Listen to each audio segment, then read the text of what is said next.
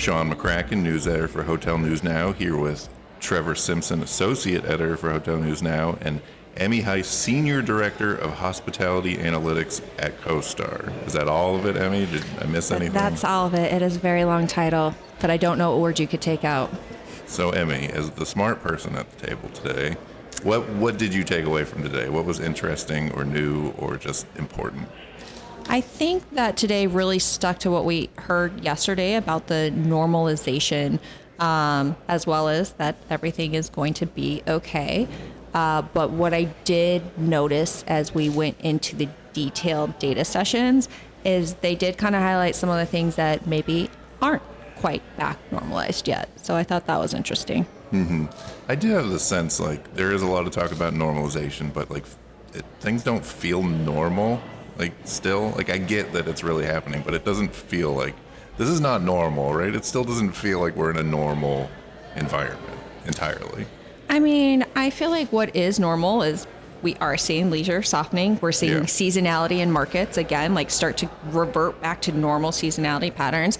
We're starting to see groups back where they are. I mean, we even see that like at this event, it was sold out, over 100 people on the wait list. So we're seeing those things. But the things that I think aren't quite back to normal is, that business traveler, profitability, depending on how you look at it. There were 3 sessions. There was Raquel, Audrey, and Claudia, and all of them did a phenomenal job. And on a margin basis, profitability looks great. But if you look at the absolute dollar, GoPar, it is a lot lower.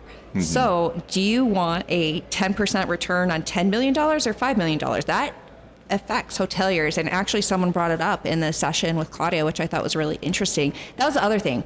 The crowd today was very engaged in the Q&A sessions. Like, it was really interesting to hear what everyone had to say in the sessions, but they were saying, we still need to pay for CapEx. So while that's great, the margins are back. Like, we need the dollars to be able to, do that CapEx, do those upgrades we need to do. So I thought that was something to show that it's seemingly normal, but it's not normal when you look at the absolute dollar. Yeah, I mean, for sure. Like, and obviously things are closer to being normal, but in a normal year, everybody doesn't get up and decide to go to Europe collectively. Like, that's not normal, but we're closer. We're closer. Yeah. So, Trevor, what's the most interesting thing you heard today? Well, not to be boring, but I did hear the normalization stuff a lot as well. Trevor, you're never boring. Okay, thank you. As long as you show up for your flights. Yeah. Moving on. Right. During Kelsey Fenerty's presentation, she talked about how things are kind of like Groundhog Day, where the trends just keep happening over and over again. And the idea that everything happening to you is happening elsewhere in the world. So, like, when you index on an index globally, everywhere is sort of on the same rebound track. I thought that was interesting. I sat in on a panel about artificial intelligence, which is... Yeah, what was the takeaway on that? It's murky, is my takeaway. Like, that wasn't necessarily what they were saying, but to me, that's how I was sort of sensing it, where a lot of people want to get in on the ground level with artificial intelligence, and I get that. But panelists were also saying that they don't know what the ethical concerns are right now, and they won't know until the future. And there's still data security concerns. Right, that's the thing. Like, I understand wanting to get in on the ground level and learn with the technology, but I don't know. If that's one of the concerns, maybe there should be a little bit more thought going into it at the beginning, because what if down the line you realize, oh, we should have been paying attention to that 5 years ago, but now it's too late. Well, that never happens with technology, Trevor. Never, ever, ever.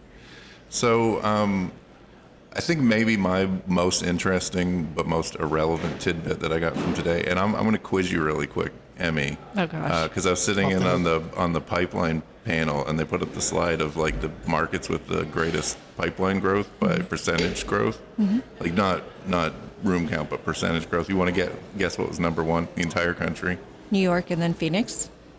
Nope. I mean, this is not just top 25. This is all markets. Oh, shoot. So, the numbers are going to be a little wonky. Oh, okay. Well, yeah, I know the bigger markets. Okay. So I'm guessing it's a tertiary market then. It's not New York or Phoenix. That's what we know. Yeah. Okay. Tertiary market.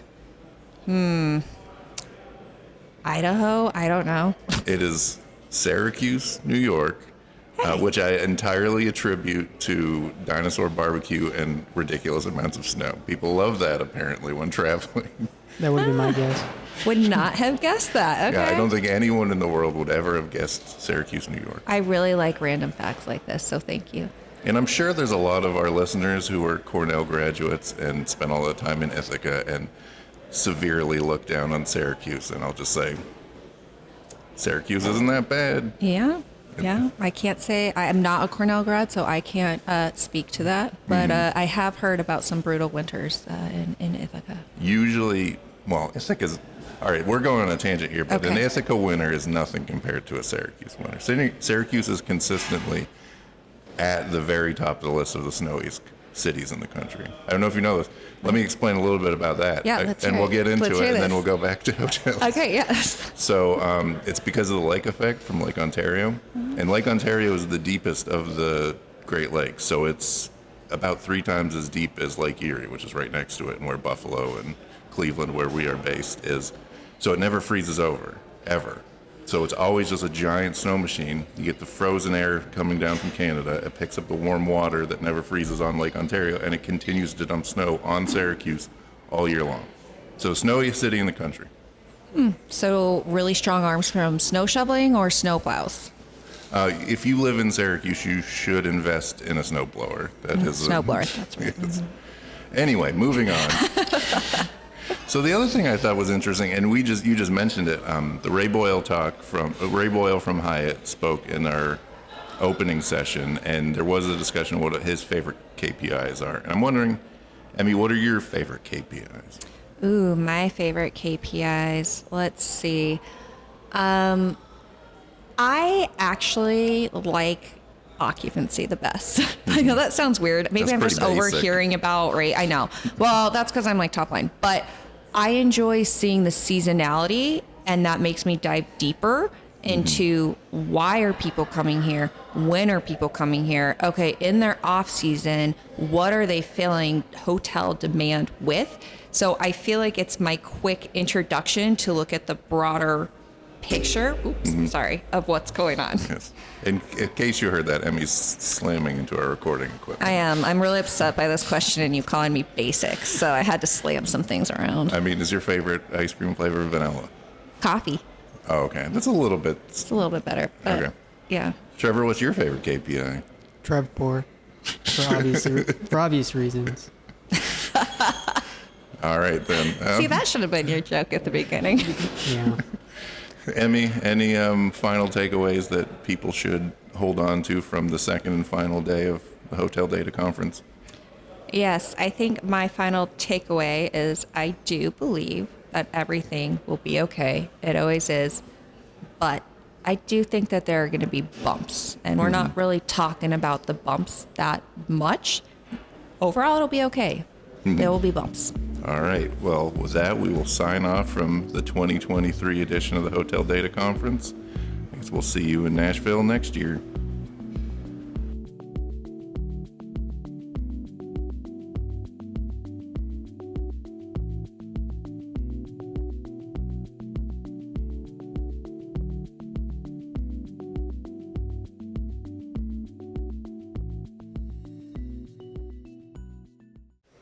Hi, I'm Isaac Colazo, Vice President of Analytics at STR. Hi, and I'm Jan Freitag, National Director for Hospitality Analytics for the CoStar Group. Tune in to our new show, Tell Me More, a hospitality data podcast. It's a podcast on the global hotel industry, its current trends, what we're thinking about, and where the industry's going. And we like to have fun with the data too. Find us on hotelnewsnow.com or wherever you listen to podcasts. Subscribe today.